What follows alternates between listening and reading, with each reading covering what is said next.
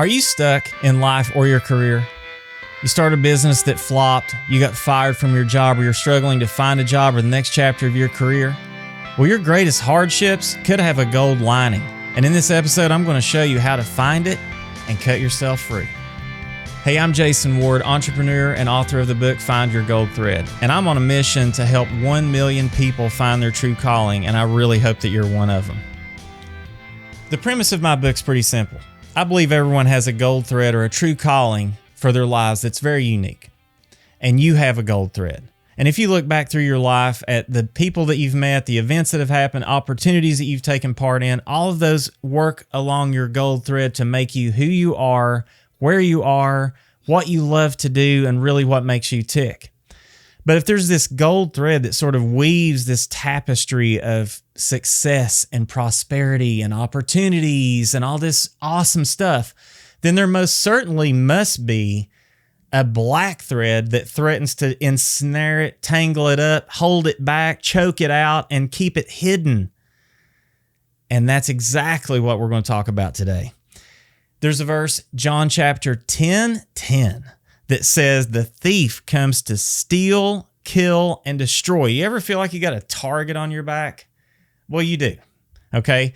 I remember this verse because it's John chapter 10:10. You got a 10 out of 10 chance of somebody trying to take you off your game. And we have this real adversary, and it's Satan. And he's trying to hold back anything that you could do to live your life up to God's glory. But the rest of that verse says this. I'm going to make sure I get it right. I have come that they may have life and have it to the full. God's plan for us is to have a fulfilling life. He wants us to follow that gold thread, but sometimes life just gets in the way and beats us smooth to death down here. And that's maybe something that's happening to you right now. Well, here's a little bit of my story. After I finished grad school, I moved to Dallas-Fort Worth to be with this girl that I had met during an internship in grad school, and I wanted to be with her. So I didn't really have any job prospects, but I immediately came to Dallas-Fort Worth to be with her. Started shopping my portfolio around, and I had a hard time getting hired. There was this one agency that I really wanted to work at. It was a cool building. The people were awesome. They had good accounts, and I just had an energy when I went in this place. It was awesome. I really, really wanted to work there. They wouldn't hire me because, like I said in one of my previous videos, I just feel like advertising came hard to me. It wasn't as easy as some of the other art disciplines. And I struggled, but I just really wanted this career in advertising, so I kept shopping my book around, and I finally landed a gig at an agency in Dallas. Not the one that I wanted, but I got a job. And during that initial few months of kind of settling in, my grad school roommate, Matt, came down to Dallas-Fort Worth to visit and shop his portfolio around. And wouldn't you know it, he landed a gig at the very agency that refused me. I was like, really? You come down here for 2 days and you immediately get picked up at the agency I've been calling like every day? That's great. Well, skip ahead a little bit. I got married that summer. And then my wife and I, we put a contract down on a house. We bought the car, and we're going along the little American dream road, right? You know, house and the car and everything. 1 month after we got the house, I got fired from that ad agency job. And I just remember it was a tough season because I already had the feelings of just insignificance, like I couldn't get the job over with where Matt was working. One day he even invited me over to have lunch with him. And I just remember going up the stairs in this agency and seeing all the cool building. It was a kind of a brick. It was from the old cotton mill, cotton exchange. And there was exposed brick. There was big wooden beams across and like glass block windows. This was just a really cool old warehouse building that they had converted into this ad agency. And he took me up the stairs to where the art directors were, where he was working, and kind of showing me around. And I remember standing there looking and seeing where all the art directors were working. They had their cubicles, and some of them had cool little Star Wars figures and stuff lining, and some had big Lego sets and stuff. But these looked like cool guys. And I was just found myself standing there choking back tears, hoping nobody would notice I was getting emotional because I was crushed that why didn't they pick me? Why didn't I get the gig? How come Matt was able to get the gig and I wasn't? And I just looked at those art directors and they were just at their computers working, and I just wanted to be one of them so bad. That's what I thought I wanted. But when I got fired, I became desperate because I had now a new wife. I had a house. I had a car payment and insurance. I had to get something going, and quickly. So I went to an ad agency that was kind of a startup. This guy that I had found through the grapevine, he hired me for some freelance work, and he could only give me a few hours a week. He could not hire me full time because he hadn't gotten the big accounts yet. And he told me, hey, I can't hire you full time. I said, well, what would it take for me to be able to be hired full time with you? I want to work with you. Let's do this thing. He goes, well, bring an account to the table. If you can win an account that would pay for your salary, I'll hire you and we'll do this thing. So I took that and I ran with it because I was desperate. I hit the pavement and I went to any business that I thought may have some budget. I wanted to find a regional company that had like 4 or 5 locations where they looked somewhat successful, and thinking that maybe they would hire us to do some advertising. And I busted up in this one business that was called Evans Vacuum. It had a brand new building going up on Cooper Street in Arlington, Texas, and it was a cool building. So I went in and I said, hey, how would you like for us to help you with your advertising? I'm working with a guy who's starting an agency, and we would really like to do some advertising work for you. He goes, we've thought about it. Do you have any samples that you could show me? And I said, well, I don't right now, but I will tomorrow. So I went back on my computer and I started putting some stuff together, and I came back the next day ready to rock and roll. I had a little folder of comps put together. And I remember going in there and I handed him, and the same guy was there. He said he would show them to the owner. And so I came and said, here you go. Here's the folder. I've got some ads here. And he starts looking through these and he says, come over here with me. Come over here. Let's talk in private. And I walk with him. What's going on? He goes, hey, I'm the owner. I didn't really want you to know yesterday, but man, this is really good stuff. What do we need to do to work together? And I said, well, let me go talk to my creative director and we'll figure it out. So next day I go, boom, right into Dallas and go talk to my creative director and said, hey, I've got an account. You can hire me now. I've got this Evans Vacuum account. And he goes, oh man, I'm sorry. I decided I'm going to take a full-time job over at an agency. They're just going to pay me too much money. I have to go take this creative director gig. And I'm like, what? You can't just pull the plug, man. I've got us an account. What are you talking about? He goes, you service it. I couldn't believe this. There's no way that I would have gone in and tried to shop an advertising gig with someone if I knew that I was the only one who was going to be able to service this. I thought I needed help here. I wasn't ready. I felt so completely ill-prepared for this. But there's the funny little thing that happened in that is that because of my desperation, the fear that would have held me back was sort of sheltered and insulated because I had this person that was going to kind of help me, my creative director, my boss. I was going to hand it to him and let him figure it out. Well, I had to figure it out. And that's how I started my ad agency. Now, let's skip ahead 10 years. I ended up becoming a commercial photographer in that decade. Taught photography, started shooting videos, starting to shoot TV commercials. And I ended up becoming colleagues with one of the VPs at that exact agency where Matt got hired on. He was no longer working there. He moved to another state. But Gordon called me and he said, hey, I've got a client that really needs some website photos, some portraits, so they can put pictures of their team on their website. And I'm like, sure, I'll shoot them. What's involved? He goes, well, they want to use our building because they really love the look of it. I said, sure, I'm come down there and shoot photos. That's fine. So he got me the gig, and I show up with my camera and my strobe kit and umbrellas and all this stuff. And I got an account service girl, really nice girl, to help me around the building and show me through and open doors for me to help me get my equipment up. And I got to sort of pick and choose. Let's shoot this group photo over in this room, and let's shoot these individuals against this brick wall. And I had my way of the place. I had rented the place. And then she took me upstairs to this open area, and I realized suddenly, oh my gosh, deja vu or something. Like, I've been here before. What's going on? And then I realized I was standing in the exact same spot that Matt had taken me to. And I'm looking right at where those art directors were sitting. Now this is 10 years later. And I think, oh my gosh, I remember standing here choking back tears, and I wanted to be one of those art directors, but now I wouldn't trade with them.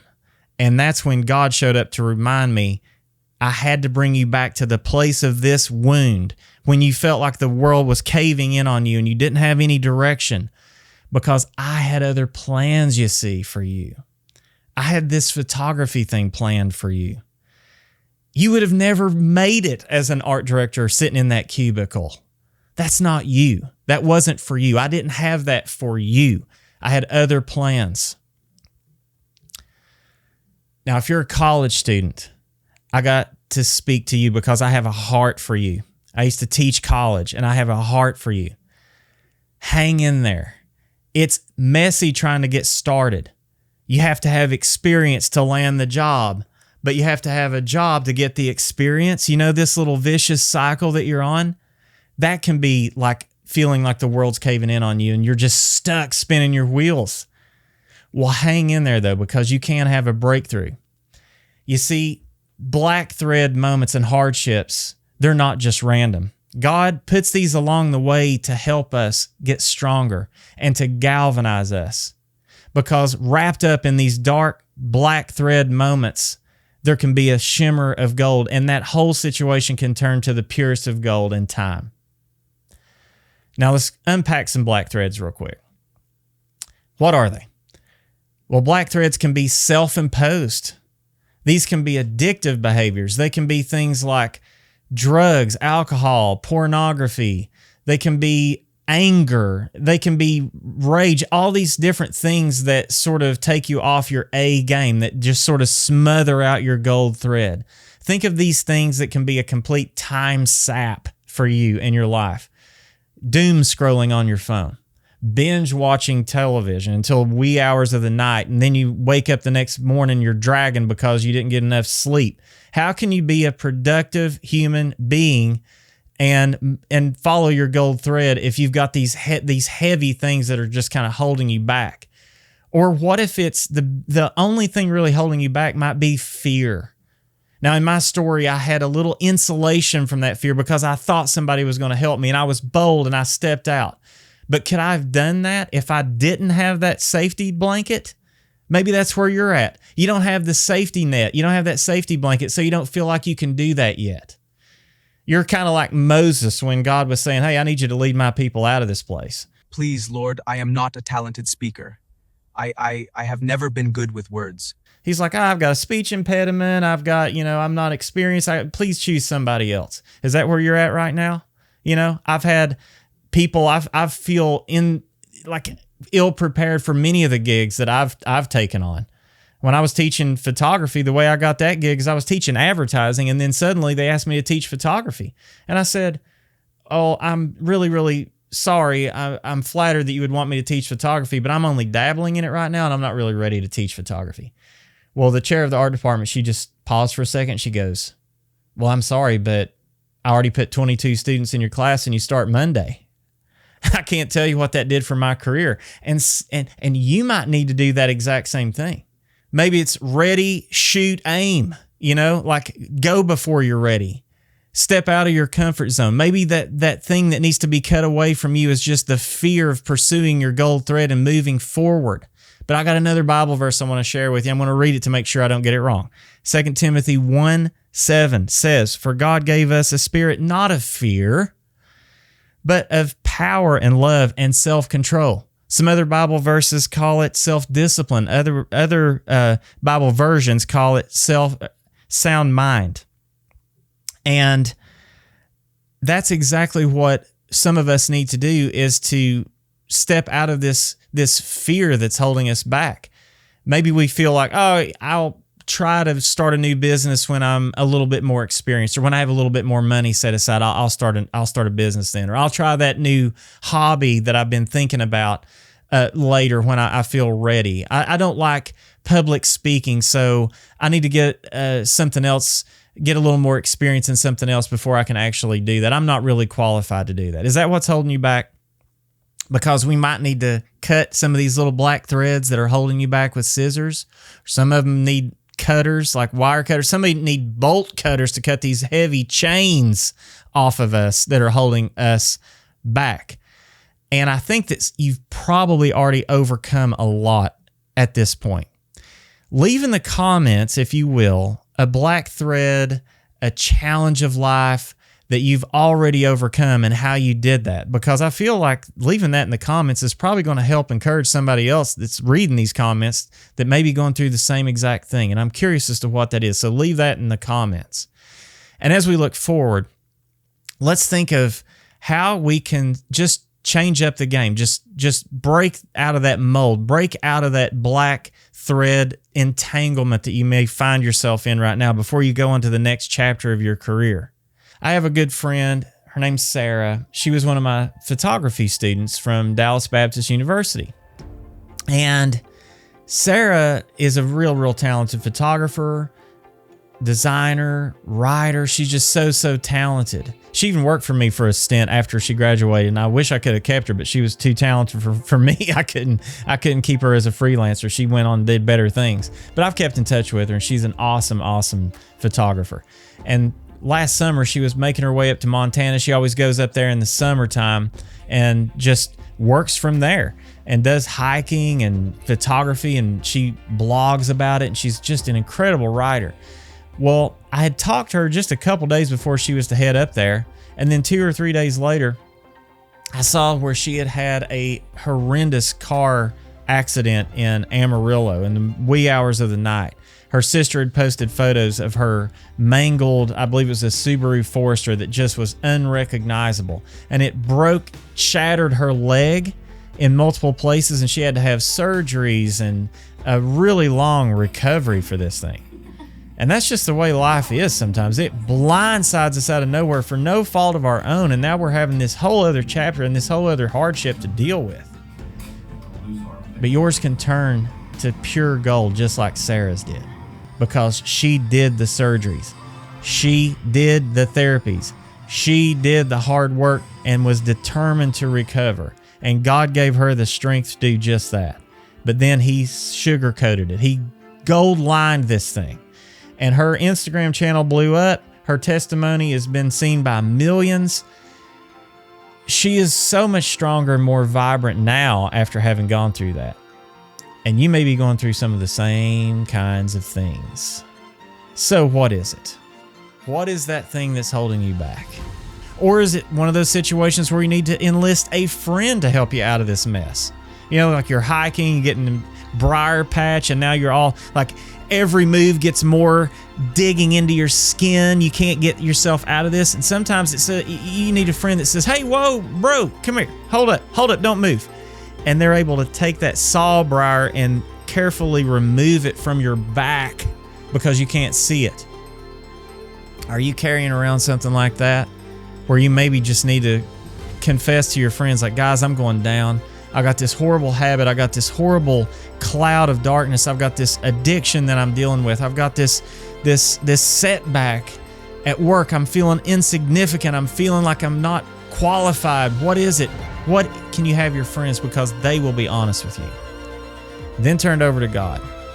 Have him show you ways that you can get out of this thing and follow your gold thread. He's waiting for you to untangle this black thread and follow him to your true calling. And where we're going from here is we're going to start looking at gold thread opportunities that are maybe just under the surface, or maybe something that you've even missed. Maybe a conversation recently you had with somebody got you started thinking about something you want to do in your career. We're going to start looking at gold thread moments, and also how you can create a gold thread moment for others. So I hope you'll subscribe to my channel, share this with your friends and family if you've enjoyed this content, and go to my website, jasondward.com, where if you want, you can read my book, Find Your Gold Thread. I'm on a mission to help 1 million people find their true calling, and I hope you're one of them. Thanks for watching, and I'll see you again on the next episode.